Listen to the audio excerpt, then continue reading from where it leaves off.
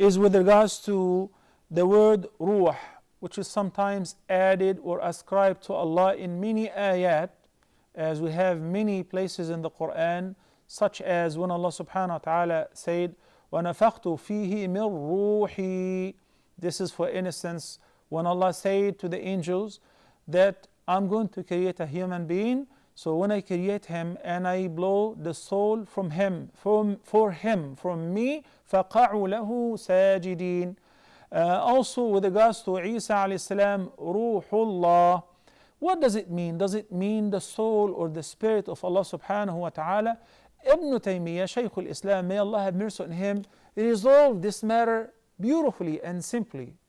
What he says, when we say to the Kaaba, Baytullah, what does it mean? Baytullah al-Haram. Don't we say to the Kaaba, Baytullah? Does it mean that Allah's house where He lives in it? Of course not. It is impossible. That's a disbelief. So what does it mean? It means to honor the thing, that object, that person, or whatever which is added to Allah subhanahu wa ta'ala in order to be honored. So Allah subhanahu wa ta'ala created Adam by His own hands, and He breathed the soul into him, the soul which He created for him. Take for instance the hadith. Hadith Abdullah ibn Mas'ud, may Allah be pleased with him. إن أحدكم يجمع خلقه في بطن أمه 40 يوما نطفة ثم يكون علقة مثل ذلك ثم يكون مضغة مثل ذلك ثم يرسل إليه الملك فينفخ فيه الروح ويؤمر بأربع كلمات. Every one of us is created likewise. The different stages, the nutfa, the alaqa, the mudgha.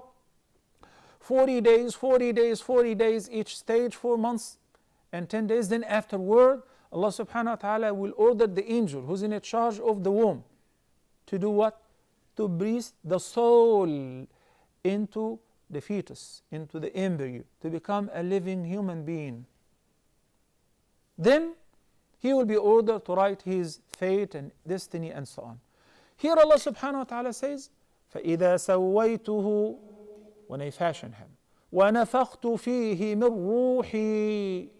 The ruh here does not mean Allah's soul. It's like Baytullah. It is Allah's house, but He doesn't live in it. It is Baladullah, the city of Allah. He doesn't live in it, but it is created by Allah. Allah honored it by adding and ascribing this place to His ownership. Similarly, Isa alayhi salam, Ruhullah. Some Christians argue with the ordinary Muslims, uneducated people, and say, didn't Allah say in the Quran that Jesus is Ruhullah? Yes, He did. And all of us are Ruhullah. The soul, the spirit, which is instilled into the body of each and every one of us is created by Allah subhanahu wa ta'ala. Does it mean that we are related to Allah by any mean? No, of course not.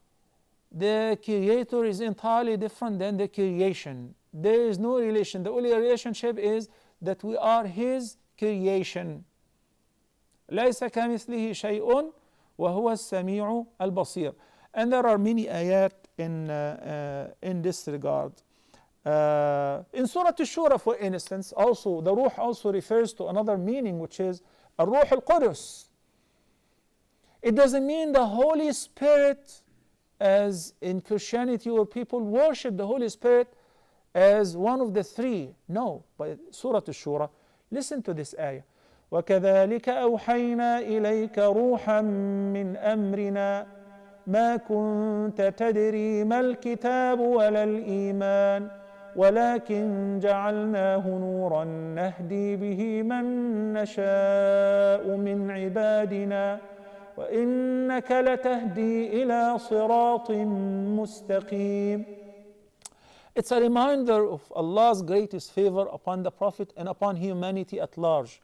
Before Prophet Muhammad received the revelation, where in the cave of Hira, and Nabi did not know what Iman is, what the Quran is. He had no clue. Yes, he disgusted worshipping idols and paganism, but he did not recognize who's Allah, who's the Creator, the Wahy, the revelation. He didn't know any of that. When did he learn that? When Allah subhanahu wa ta'ala sent to him Ar-Ruh al-Qudus, Jibreel alayhi salam. In the hadith, Very obviously, and Nabi sallallahu alayhi wa sallam said, إن روح القدس نفث في روعي أنه لن تموت نفس حتى تستوفي رزقها وأجلها فأجملوا في الطلب. Ruh al-Qudus, he refers to Jibreel alayhi salam, the spirit. As far as the being of that spirit or soul, Allah subhanahu wa ta'ala did not give any explanation. Rather, he said in Surah Al-Isra, وَيَسْأَلُونَكَ عَنِ الرُّوحِ قُلِ الرُّوحُ مِنْ أَمْرِ رَبِّي وَمَا أُوتِيتُم مِّنَ الْعِلْمِ إِلَّا قَلِيلًا. We cannot analyze the soul, the spirit. We cannot say it consists of, or the components of the soul is, or it's not something tangible. It is not something to be described. It is a secret which Allah subhanahu wa ta'ala instills into this body. It becomes a living human being, or a living animal, or a living creature. Without the soul, dead bodies. Okay, so this is all what Allah subhanahu wa ta'ala said with regards to ar-ruh.